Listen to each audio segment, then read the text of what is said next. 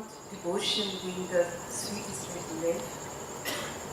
You also talk about how nature doesn't reveal itself easily. What is nature? Does not reveal itself easily.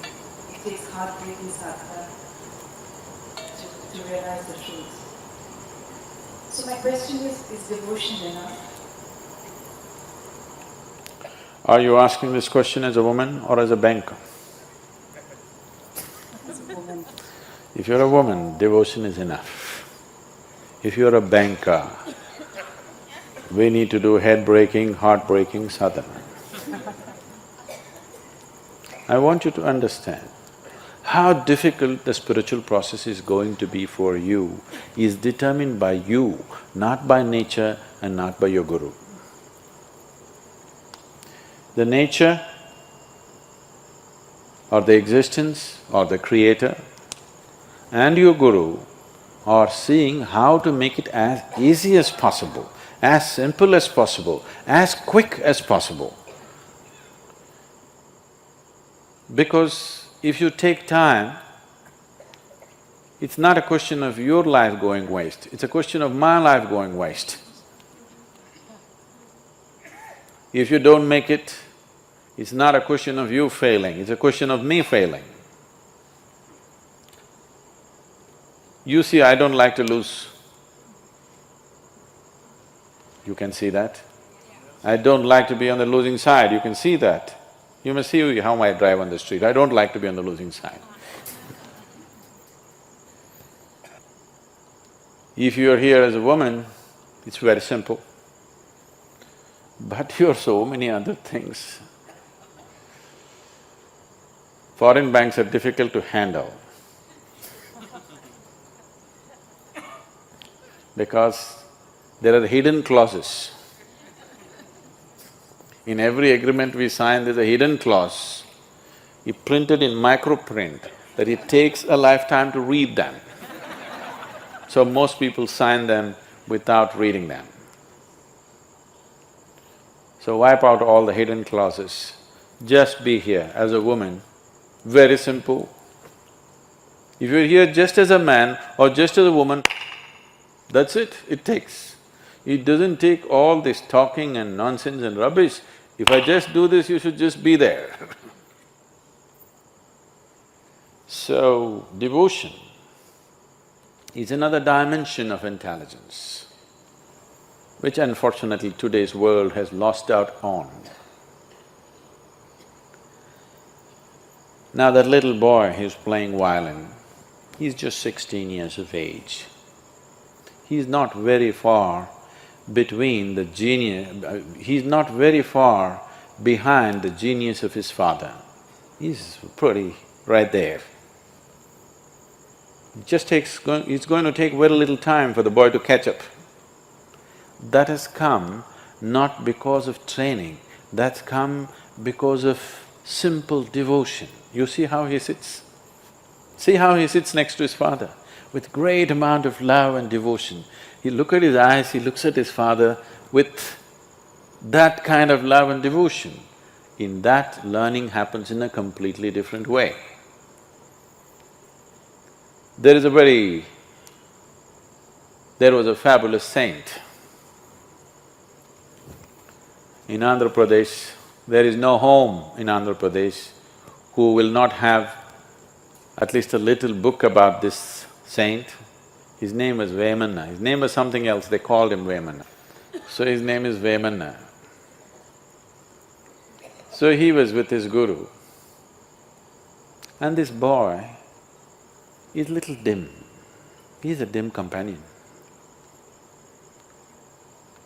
He's such a simpleton, can't get anything straight. I have a lot of them like that. And they're doing great. They can pull off anything. It is the intelligence one, it's people who think they are intellectually smart who are getting all tangled up in Isha. Simpletons are doing great. Somebody else may think he's nothing, but just see the result he's creating, it's fantastic. So, this is a simple time. Everybody, he's every butt of everybody's jokes. One day, but the guru takes kindly to this boy because he's not smart like others. So one day guru has an important function or an event to go to, so he goes to the river for bath. And his clothes folded. He tells the boy, you hold the clothes in your hand, stand here, don't keep it down. Because the ground is wet and it'll get soiled, don't keep it down. Just hold it, that's all. So the guru went in to take his ritual dip and wash himself, and when he came out, the boy had kept it down. The clothes were soiled. And he kept it down because when the guru looked like this, he thought he needs something and he kept it down and ran to the guru. He's simple, one thing at a time. He cannot handle two things at a time. Because these are two things, clothes and guru. Two is complicated. And the guru looked at this. Now he has to go somewhere, his clothes are soiled, and he told him repeatedly, don't keep it down, don't keep it down, and he keeps it down. So he gave him a little chalk and he told him, you fool, there's nothing else you can do. Sit here and write just Rama, Rama, Rama on this rock, nothing else. You can't do anything better, just do this. Hope grace will descend on you. Just sit here and write Rama, Rama, Rama, just over and over again on the same place. The boy felt so ashamed, so pained, because he let down his guru. He told him so many times, but somehow he cannot get it.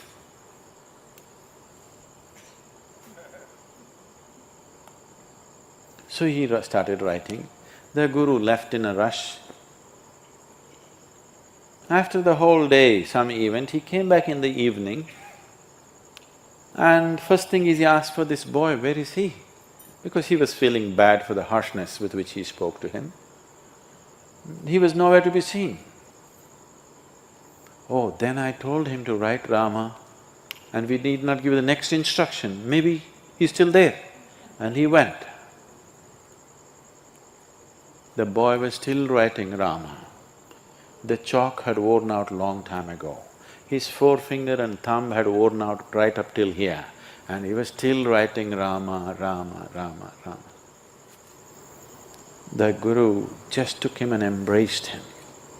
And this boy, I don't know how many, somebody who's knowledgeable about this should say, he wrote hundreds of fabulous poems, which is even today, after a few hundred years, even today there is no Telugu-speaking home where there will be no book on Vemanna's poems. Almost every home will have it. Anybody who can read and write in their home, there will be, and just about everybody is conversant with these poems. Brilliant poetry, he just poured out of his devotion. So that's what devotion can do, because devotion is another dimension of intelligence. Devotion is the intelligence, you understand there's a bigger intelligence and you have learned to keep your little intellect aside, that is devotion.